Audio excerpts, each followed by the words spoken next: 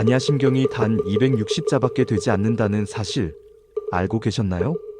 원고지 한 장이면 다 채워질 그 짧은 글귀 속에 부처님이 평생을 바쳐 깨달은 84,000번문의 정수가 모두 궁축되어 있습니다.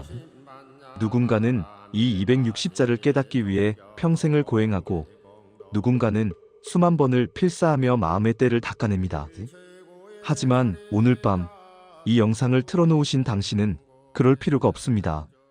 애써 어려운 한자를 외우실 필요도, 그 깊은 뜻을 공부하며 머리 아파하실 필요도 없습니다. 그저 오늘 밤 이 소리에 가만히 귀를 맡겨보세요. 제가 260자 한자 한자에 담긴 우주의 지혜를 여러분이 살아오신 삶의 언어로 하나씩 풀어서 들려드리겠습니다. 이 소리를 가만히 듣고만 있어도 당신은 오늘 밤 반야심경을 100번 읽은 것과 다름없는 깊은 평온함에 이르게 될 것입니다. 내 마음을 짓누르던 자식 걱정의 무게가 가벼워지고 젊은 날의 후회와 노후의 불안함이 눈 녹듯 사라지는 기적을 경험하실 겁니다. 반야심경을 100번 읽으면 막혔던 운이 트이고 마음의 병이 낫는다고 했습니다. 오늘 제가 준비한 이 긴 이야기는 바로 그 100번의 독경보다 더 깊고 따뜻하게 당신의 영혼을 어루만질 것입니다. 이제 베개를 편안하게 고쳐 베십시오. 이불의 포근함이 당신의 온몸을 감싸듯 이제 260자의 지혜가 당신의 방안을 가득 채웁니다. 당신은 이제 아무것도 걱정할 필요가 없습니다. 제가 당신의 모든 짐을 대신 짊어지고 평온의 강 저편으로 안내해 드릴 테니까요. 애써 잠들려 노력하지 마세요. 그저 들려오는 이야기의 물결에 몸을 싣고 있으면 어느새 당신의 마음은 텅 빈 하늘처럼 맑아지고 몸은 구름처럼 가벼워질 것입니다. 260자의 기적. 이제 그 첫 번째 문을 열어봅니다. 비움 움켜쥔 손을 펴야 평온이 찾아옵니다. 반야심경의 첫 문을 여는 이 시간, 우리는 가장 먼저 비움이라는 단어를 마주하게 됩니다. 경전의 핵심 구절인 조겨놓은 계공. 이 말은 우리가 나라고 믿고 있는 몸과 마음, 그리고 내가 가진 모든 생각과 감정이 사실은 텅 비어 있다는 뜻입니다. 참 이상하지요? 우리는 평생을 무언가를 채우기 위해 살아왔는데 부처님은 왜 비어 있다고 말씀하셨을까요? 여러분, 잠시 당신의 두 손을 가만히 느껴보세요. 지난 50년, 60년, 혹은 70년의 세월 동안 그 두 손으로 얼마나 많은 것들을 움켜쥐며 살아오셨습니까?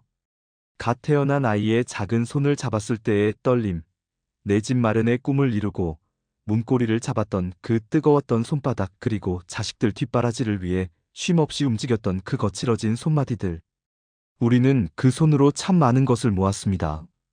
돈을 모으고 명예를 쌓고 내 자식만큼은 남들에게 뒤처지지 않게 하려고 악착같이 세상을 붙들고 버텨왔습니다. 하지만 침대에 누워 가만히 생각해보면 그토록 손에 힘을 주고 살아온 세월 동안 우리의 마음은 얼마나 고단했나요? 손에 꽉 쥔 모래알은 쥐면 쥘수록 손가락 사이로 빠져나가고 남는 것은 저릿한 통증뿐입니다. 우리 인생도 이와 같습니다. 내가 내 것이라고 믿었던 자식도, 내가 나라고 믿었던 이 젊음과 건강도 사실은 인연에 따라 잠시 내 손에 머물다 가는 바람과 같습니다. 반야심경이 말하는 공, 즉 비어있다는 것은 세상에 아무것도 없다는 허무한 이야기가 아닙니다. 원래부터 내 것은 없으니 잃어버릴 것도 없다는 위대한 해방의 메시지입니다. 한번 생각해 보십시오. 우리가 그토록 걱정하던 자식들 문제, 내가 아니면 안 된다고 생각했던 집안의 대소사들. 사실은 우리가 그 걱정을 손에서 놓지 못하고 있었을 뿐입니다. 내가 손을 펴야 비로소 자식들도 제 갈 길을 가고 나 또한 무거운 짐에서 벗어날 수 있습니다. 어르신들, 이제 그만 그 손에 힘을 빼보세요. 오늘 밤만큼은 당신이 짊어지고 있던 모든 역할에서 은퇴하셔도 좋습니다. 누구의 부모, 누구의 아내나 남편 혹은 어느 집안의 어른이라는 그 무거운 이름표를 잠시 머리맡에 내려두십시오. 그 이름표들이 당신을 증명해주는 것 같지만 사실은 당신의 영혼을 짓누르는 돌덩이였을지도 모릅니다. 비워낸다는 것은 가난해지는 것이 아닙니다. 텅 빈 방에 달빛이 환하게 비치듯 마음을 비워야 비로소 진정한 평온이 스며들 자리가 생기는 법입니다. 그동안 우리는 남의 눈에 비친 나를 가꾸느라 정작 내 안의 고요함은 돌보지 못했습니다. 남들은 저만큼 사는데 나는 왜 이럴까? 내 자식은 왜 저럴까 하는 비교의 마음도 이제는 공이라는 넓은 바다에 던져버리세요. 그 비교들이 당신의 밤을 얼마나 뒤척이겠습니까? 반야심경은 우리에게 속삭입니다. 색부리공 공부리색. 눈에 보이는 모든 형체는 비어있는 것과 다르지 않고 비어있는 것이 곧 형체가 된다는 이 신비로운 진리는 결국 우리 인생이 한편의 아름다운 꿈과 같다는 뜻이기도 합니다. 꿈속에서 우리가 아무리 화려한 궁궐에 살아도 잠에서 깨면 아무것도 남지 않듯 우리 인생의 화려함도 고통도 슬픔도 결국은 지나가는 꿈결입니다. 그러니 그 꿈속의 일들에 너무 연연하지 마세요. 당신은 그저 그 꿈을 지켜보는 고요한 관찰자가 되면 그만입니다. 지금 이 순간 당신의 마음속에 남아있는 마지막 미련은 무엇인가요? 못다한 효도입니까? 아니면 자식에게 더해주지 못한 미안함인가요? 혹은 내 몸이 예전 같지 않음에 대한 서러움인가요? 그 모든 마음을 향해 나지막이 말해주세요. 그동안 애썼다. 이제는 쉬어도 된다. 다 비워내도 괜찮다. 비워진 마음은 깃털처럼 가볍습니다. 가벼워진 마음은 바람을 타고 평온의 강을 건너갑니다. 당신을 괴롭히던 세상의 소음들이 멀어지고 오직 당신의 고요한 숨소리만이 밤의 정적을 채웁니다. 이제 당신의 영혼은 아무런 걸림이 없는 상태로 나아갑니다. 마치 구름 한 점 없는 가을 하늘처럼 당신의 내면은 맑고 투명해졌습니다. 이것이 바로 반야심경이 우리에게 선물하는 첫 번째 깨달음, 비움의 복락입니다. 이완 몸의 통증은 잠시 머무는 손님일 뿐입니다. 이제 마음을 비워냈으니 우리의 시선을 조금 더 안쪽으로 돌려볼까요? 지금 이부자리 아래 누워있는 당신의 몸을 가만히 느껴보세요. 낮 동안에는 바삐 움직이느라 미처 몰랐는데 밤이 되어 가만히 누워있으니 여기저기 아우성치는 곳들이 느껴지실 겁니다. 욱신거리는 허리, 시큰거리는 무릎, 그리고 이유 없이 무거운 어깨. 나이가 든다는 건 어쩌면 내 몸과 화해하는 법을 배워가는 과정인지도 모릅니다. 거울 속의 내 모습이 예전 같지 않을 때 부쩍 늘어난 주름과 하얗게 센 머리카락을 볼 때마다 나도 참 많이 늙었구나 하는 생각에 가슴 한구석이 서글퍼지기도 합니다. 하지만 반야심경은 우리에게 아주 놀랍고도 평온한 지혜를 건넵니다. 바로 오운개공이라는 말입니다. 이 말은 우리가 나라고 믿고 있는 5가지 요소, 즉 우리의 몸과 감정, 생각, 의지, 그리고 기억들이 사실은 모두 텅 비어 있다는 뜻입니다. 특히 우리가 가장 집착하는 이 몸 또한 인연에 따라 잠시 모였다가 때가 되면 흩어지는 구름과 같다는 것이지요. 어르신들, 잠시 상상해보세요. 당신의 몸은 당신의 영혼이 잠시 머물다 가는 아름다운 별장입니다. 수십 년 전 당신이 이 땅에 올 때 아주 새롭고 튼튼한 집을 한 채 빌려받았습니다. 그 집에서 아이를 낳고 일을 하고 수많은 사계절을 보냈습니다. 세월이 흘러 지붕이 조금 새기도 하고 벽지가 바래기도 하며 문설주가 삐걱거리는 것은 너무나 당연한 일입니다. 집이 낡았다고 해서 그 집에 사는 주인인 당신까지 낡은 것은 아닙니다. 집은 조금 헐거워졌을지 몰라도 그 안에서 세상을 바라보는 당신의 지혜는 오히려 더 깊고 맑아졌습니다. 반야심경은 바로 이 사실을 깨달으라고 말합니다. 아픈 곳은 내 몸의 일부일 뿐 내가 아니다. 우리는 흔히 내가 아프다고 말합니다. 하지만 정확히 말하면 내 몸의 어느 부분이 고단해하고 있다가 맞습니다. 통증을 나라고 생각하면 괴로움이 커지지만 통증을 잠시 들렀다 가는 손님이라고 생각하면 마음의 여유가 생깁니다. 오늘 밤 당신의 아픈 곳을 향해 원망의 마음 대신 따뜻한 감사의 말을 건네보세요. 허리야, 그동안 무거운 짐 들고 가족들 부양하느라 고생 많았다. 무릎아, 험한 길 마다 않고 나를 데리고 여기까지 와주어 고맙다. 미워하고 밀어내려 하면 통증은 더 날카롭게 파고듭니다. 하지만 고생했다고 고맙다고 다독이며 그 존재를 인정해주면 신기하게도 그 날카로움이 뭉툭해지기 시작합니다. 이것이 반야심경이 말하는 고통을 넘어선 상태의 시작입니다. 부처님께서는 이 몸은 덧없는 것이며 늙고 병드는 것은 자연의 섭리라고 하셨습니다. 가을이 되면 잎이 지고 나무가 단단해지듯 우리의 노화 또한 쇠퇴가 아니라 인생의 정수를 담아가는 완성의 과정입니다. 어릴 적 우리는 뛰어놀다 넘어져 무릎이 깨지면 울음을 터뜨렸습니다. 그때는 그 작은 상처가 세상의 전부인 줄 알았으니까요. 하지만 지금은 압니다. 시간이 지나면 딱지가 않고 새살이 돋는다는 것을요. 지금 당신이 느끼는 몸의 불편함 또한 그와 같습니다. 이 육신이라는 옷을 벗는 그날까지 우리는 그저 이 집을 소중히 관리하며 머물다 가면 그뿐입니다. 반야심경의 지혜를 빌려 다시 한번 몸의 긴장을 풀어보세요. 발끝부터 종아리, 허벅지, 그리고 등줄기를 타고 올라와 목덜미와 머리끝까지. 당신의 의식이라는 따뜻한 햇살이 몸 구석구석을 비춘다고 상상해보세요. 나는 이 몸이 아니다. 나는 이 몸을 지켜보는 고요한 빛이다. 이 문장을 속으로 되뇌며 몸의 무게를 침대에 완전히 맡겨보십시오. 중력이 당신을 끌어당기는 대로 당신의 몸이 마치 물속에 가라앉는 솜뭉치처럼 무겁고도 편안하게 가라앉습니다. 통증은 이제 저 멀리서 들려오는 희미한 소음처럼 아득해집니다. 비어있기에 아프지 않고 비어있기에 두렵지 않습니다. 260자의 지혜 중 가장 든든한 방패인 오온계공의 가르침이 당신의 몸 주위를 둥근 막처럼 감싸합니다. 그 어떤 질병의 걱정도 죽음에 대한 막연한 공포도 이 자비로운 빛의 막을 통과하지 못합니다. 당신은 지금 이대로 지극히 안전합니다. 당신은 지금 이대로 더할 나위 없이 소중합니다. 인연자식이라는 무거운 매듭을 풀고 마음의 짐을 비워내고 몸의 긴장을 풀고 나니 이제 당신의 마음 한구석에 깊이 뿌리 박힌 가장 큰 이름 하나가 보일 것입니다. 바로 자식입니다. 자식이라는 이름은 참으로 묘합니다. 생각만 해도 입가에 미소가 번지다가도 이내 가슴 한쪽이 아릿해지기도 합니다. 당신의 청춘을 다 바쳐 키워낸 그 존재들은 당신 인생의 가장 큰 훈장이자 동시에 가장 무거운 멍에였을지도 모릅니다. 지금 이 밤 가만히 눈을 감고 누워있으면 그 아이들의 얼굴이 하나둘 떠오르시지요?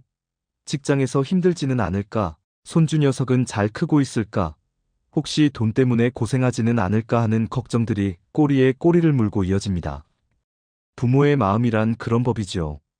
내가 굶어도 자식 입에 밥 들어가는 것만 봐도 배가 부르고 내 몸이 부서져도 자식 앞길만 평탄하다면 더 바랄 게 없던 세월이었습니다.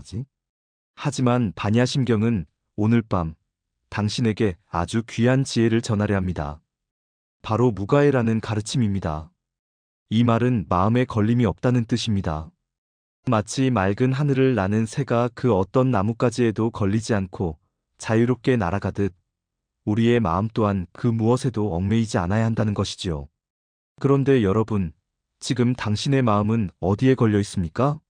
혹시 자식이라는 너무나도 질긴 끈에 꽉 묶여 당신의 영혼이 자유롭게 날지 못하고 있지는 않나요?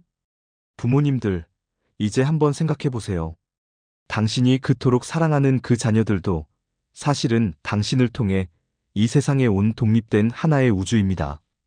반야심경의 지혜로 보면 모든 인연은 각자의 업과 각자의 길을 가지고 태어납니다. 당신이 아무리 대신 아파해주고 싶어도 대신 짐을 들어주고 싶어도 결국 그들이 넘어야 할 산은 그들이 넘어야 합니다. 그것이 인생이라는 학교에서 그 아이들이 배워야 할 숙제이기 때문입니다. 우리는 흔히 내가 다 해주어야 한다고 생각합니다.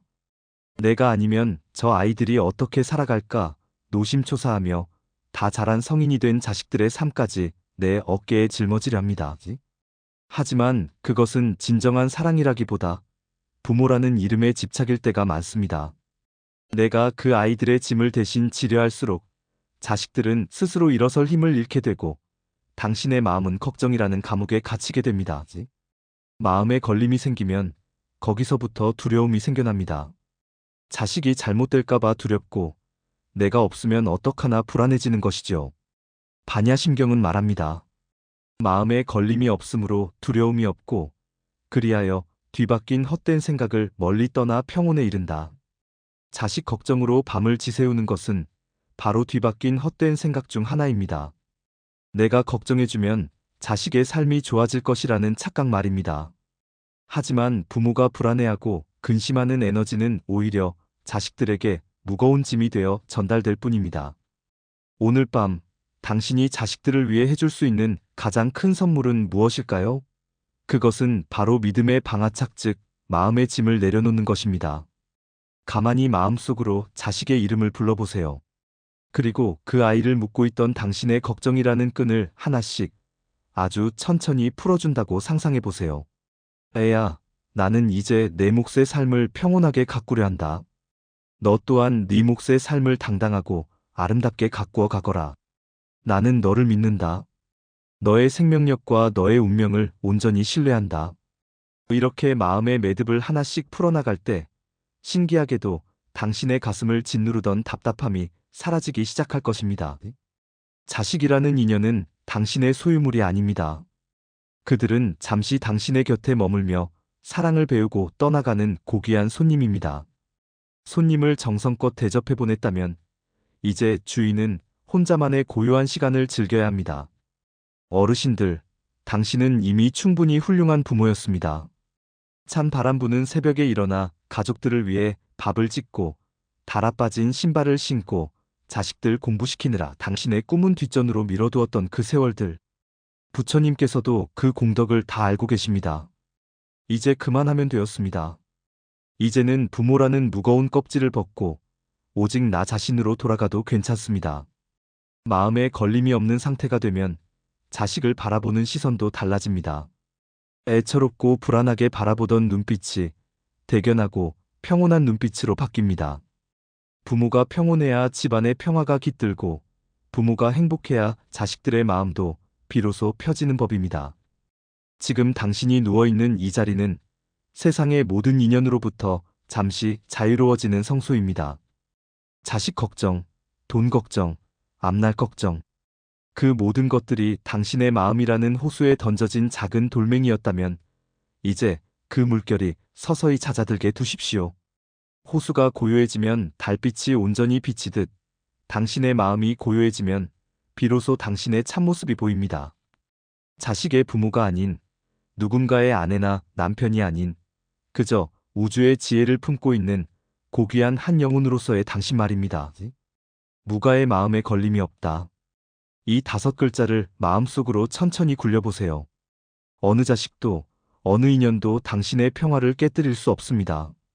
당신은 이제 인연의 바다 위를 유유히 떠다니는 조각배와 같습니다.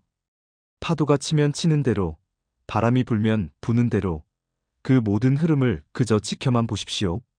당신은 가라앉지 않습니다. 당신의 배에는 반야라는 지혜의 키가 달려있기 때문입니다. 사랑하는 자식들을 향해 마지막으로 따뜻한 미소를 한번 지어준 뒤 이제 그들의 형상을 저 멀리 흐르는 강물 위로 띄워보내세요. 그들은 그들만의 바다로 잘 나아갈 것입니다. 당신 또한 이제 당신만의 고요한 안식처로 깊이 들어갈 시간입니다. 마음이 가벼우니 잠도 달콤해집니다. 걸림이 없으니 꿈자리도 맑아집니다. 260자의 지혜 중 가장 자애로운 무가의 품 안에서 당신은 이제 어린아이 같은 순수한 평온함으로 돌아갑니다. 초월 나이 들문 저무는 것이 아니라 완성되는 것입니다. 인연의 끈을 느슨하게 풀고 나니 이제 당신의 마음엔 오직 당신 자신만이 남았습니다. 그런데 가만히 스스로를 바라보니 어떤 마음이 드시나요? 젊음은 어느덧 저 멀리 수평선 너머로 사라졌고 거울 속엔 낯선 노인이 서 있습니다. 내 인생도 이제 저무는 해와 같구나 하는 서글픈 마음이 문득문득 당신을 찾아올 때가 있을 것입니다. 하지만 반야심경은 오늘 밤 당신의 그 서글픈 눈물을 닦아주며 아주 비밀스러운 우주의 진리를 속삭여줍니다. 바로 불생불멸과 불구부정입니다. 나지도 않고 멸하지도 않으며 더럽지도 않고 깨끗지도 않다. 이 말이 무슨 뜻일까요? 우리 인생이 나고 죽는 것이 아니라면 지금 늙어가는 나는 무엇이란 말일까요? 어르신들, 잠시 바다를 상상해 보세요. 바다 위에는 수많은 파도가 일어납니다. 어떤 파도는 아주 크고 웅장하게 솟구치고 어떤 파도는 작고 잔잔하게 밀려옵니다. 우리는 흔히 그 파도 하나하나가 태어났다가 해안가에 부딪혀 사라진다고 생각합니다. 파도가 부서질 때 우리는 그것이 죽었다고 말하지요. 하지만 바다의 입장에서 보면 어떨까요? 파도는 그저 바닷물이 잠시 모양을 바꾼 것일 뿐입니다. 솟구칠 때도 바다였고 부서져 흩어질 때도 여전히 바다입니다.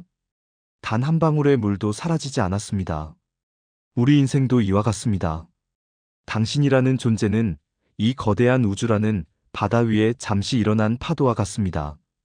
젊은 시절에 당신이 힘차게 솟구치는 파도였다면 지금의 당신은 부드럽게 해안가로 밀려와 바다와 다시 하나가 되려는 평온한 물결입니다.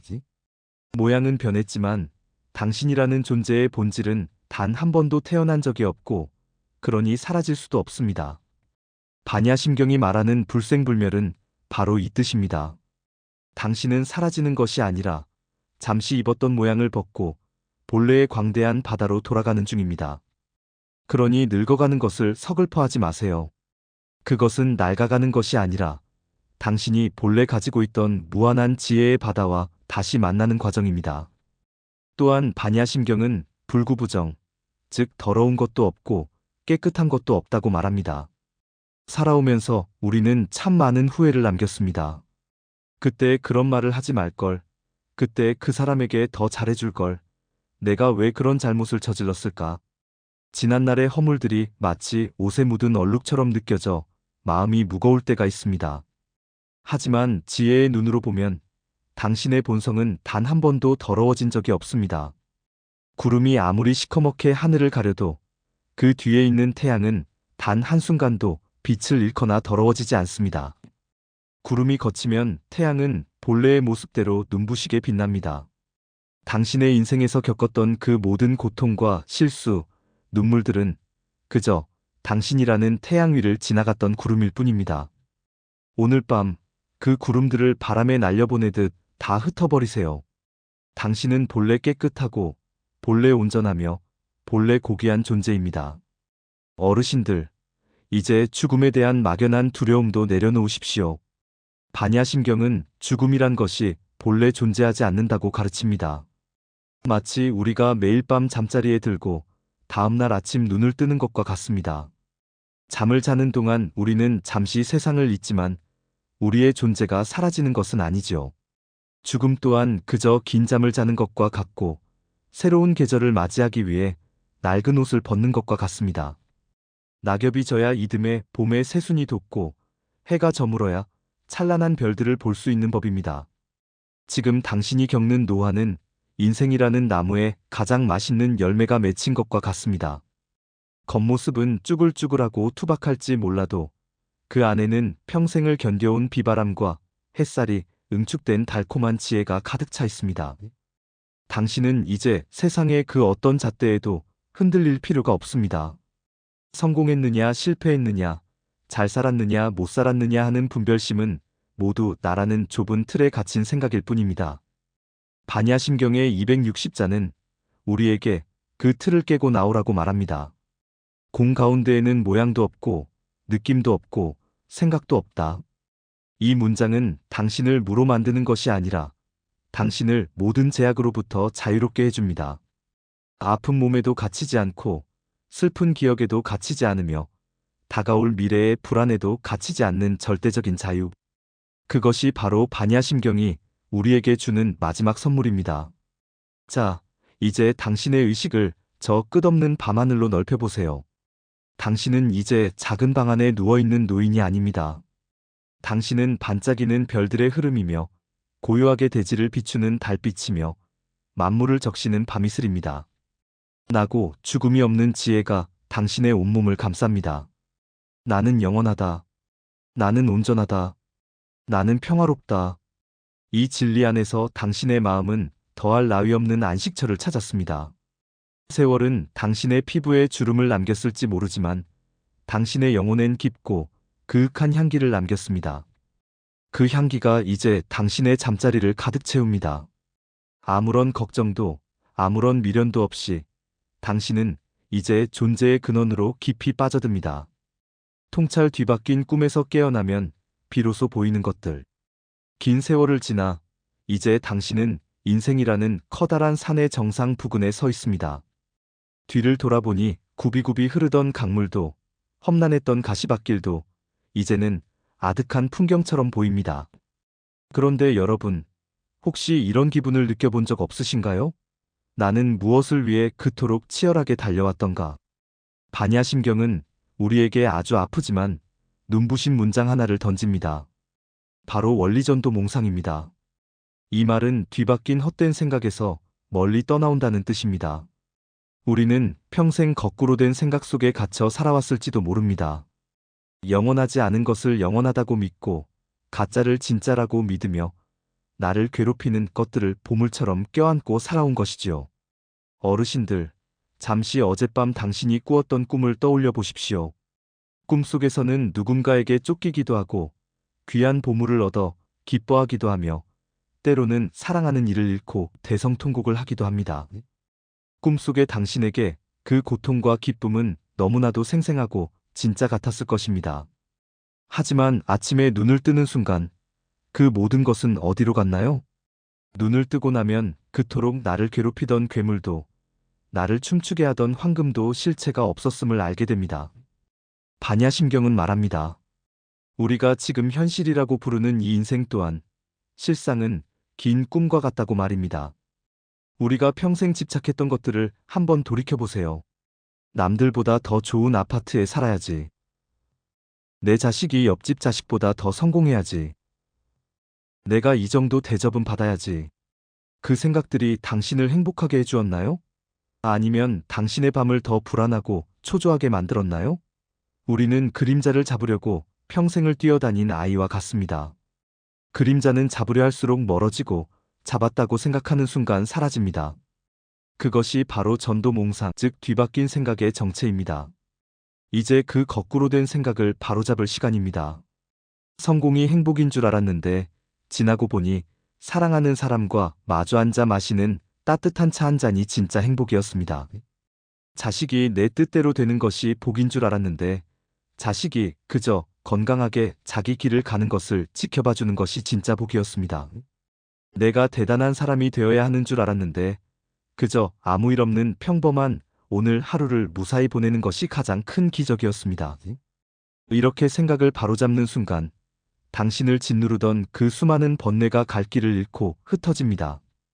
꿈에서 깨어난 사람에게 꿈속의 빚쟁이는 더 이상 두려운 존재가 아니듯 인생이 꿈이라는 사실을 깨달은 당신에게 세상의 풍파는 그저 지나가는 바람일 뿐입니다. 여러분들, 당신이 살아온 그 치열했던 세월을 결코 헛되다고 말하는 것이 아닙니다. 그 꿈을 정성껏 꾸었기에 이제는 깨어날 자격이 생긴 것입니다. 후회라는 이름의 몽상에서 깨어나세요. 그때 다른 선택을 했더라면 어땠을까 하는 생각은 이미 지나간 꿈의 조각일 뿐입니다. 미련이라는 이름의 몽상에서 깨어나세요. 내가 왕년에는 이랬는데 하는 마음은 이미 저물어버린 어제의 달빛일 뿐입니다. 지금 이 순간 당신이 숨쉬고 있는 이 고요한 밤의 침묵만이 진짜입니다. 반야심경의 지혜는 당신에게 허물을 가르치는 것이 아니라 자유를 선물합니다. 인생이 꿈이라는 것을 알기에 우리는 이제 남은 생을 더 가볍고 즐겁게 즐길 수 있습니다. 마치 연극배우가 무대 위에서 슬픈 역할을 맡아 울다가도 커튼이 내려오면 분장을 지우고 홀가분하게 집으로 돌아가듯 말입니다. 당신은 이제 부모라는 역할, 어른이라는 역할, 환자라는 역할에서 잠시 분장을 지우고 당신의 본래 모습으로 돌아가십시오. 그곳에는 고통도 없고 슬픔도 없으며 오직 깊고 푸른 평화만이 존재합니다. 원리전도 몽상 구경열 반 뒤바뀐 꿈에서 깨어나니 비로소 끝없는 평온에 이른다는 뜻입니다. 여러분의 마음속을 가만히 들여다보세요. 여전히 무언가에 매달려 이것만큼은 포기 못해라고 외치는 작은 목소리가 있나요? 그 목소리에게 부드럽게 들려주세요. 그것도 꿈이란다. 이제 그만 잠에서 깨어나도 괜찮단다. 마음이 밝아지면 어둠은 저절로 물러갑니다. 지혜의 등불을 켜면 억겁의 세월 동안 쌓였던 어둠도 순식간에 사라집니다. 당신이 오늘 밤 이 이야기를 듣고 있는 이유는 당신의 영혼이 이제 그 깊은 잠에서 깨어날 준비가 되었기 때문입니다. 세상은 여전히 시끄럽고 변덕스럽겠지만 이제 당신은 그 세상을 바라보는 눈이 달라졌습니다. 비가 오면 비를 즐기고 바람이 불면 바람을 느낍니다. 모든 것이 꿈결 같은 인연임을 알기에 오는 인연 막지 않고 가는 인연 잡지 않는 대자유인의 마음이 되신 겁니다. 자, 이제 모든 통찰을 마쳤습니다. 당신의 의식은 이제 투명한 유리구슬처럼 맑아졌습니다. 그 어떤 오염도, 그 어떤 얼룩도 남지 않은 순수한 평온의 상태. 이것이 바로 반야심경 260자가 당신을 이끌고 온 지혜의 정점입니다. 안식지혜의 주문으로 완성하는 100번의 공덕. 비움과 이완, 그리고 인연과 초월의 시간을 지나 이제 우리는 260자 지혜의 산 정상에 도착했습니다. 여기까지 오신 당신의 마음은 처음에 이 영상을 틀었을 때보다 얼마나 가벼워졌나요? 우리는 오늘 밤 단순히 글자를 읽은 것이 아닙니다. 굽이굽이 맺혀있던 당신의 인생사 구석구석을 반야심경의 자비로운 눈으로 훑주며 해묵은 먼지를 털어내고 상처난 곳에 따뜻한 지혜의 연고를 발라주었습니다. 이제 반야심경은 그 모든 가르침을 단 한 줄의 주문으로 압축하여 당신의 가슴에 새겨주려 합니다. 부처님께서는 말씀하셨습니다.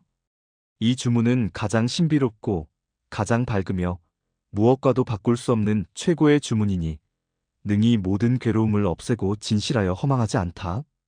이제 당신의 영혼의 평온의 인을 새길 마지막 진언을 들려드립니다. 아제아제 바라아제 바라승아제 모지 사바. 이 짧은 문장 속에 어떤 우주의 비밀이 숨겨져 있을까요? 그 뜻을 가만히 새기며 잠의 세계로 한 걸음 더 깊이 들어가 보십시오. 아제아제.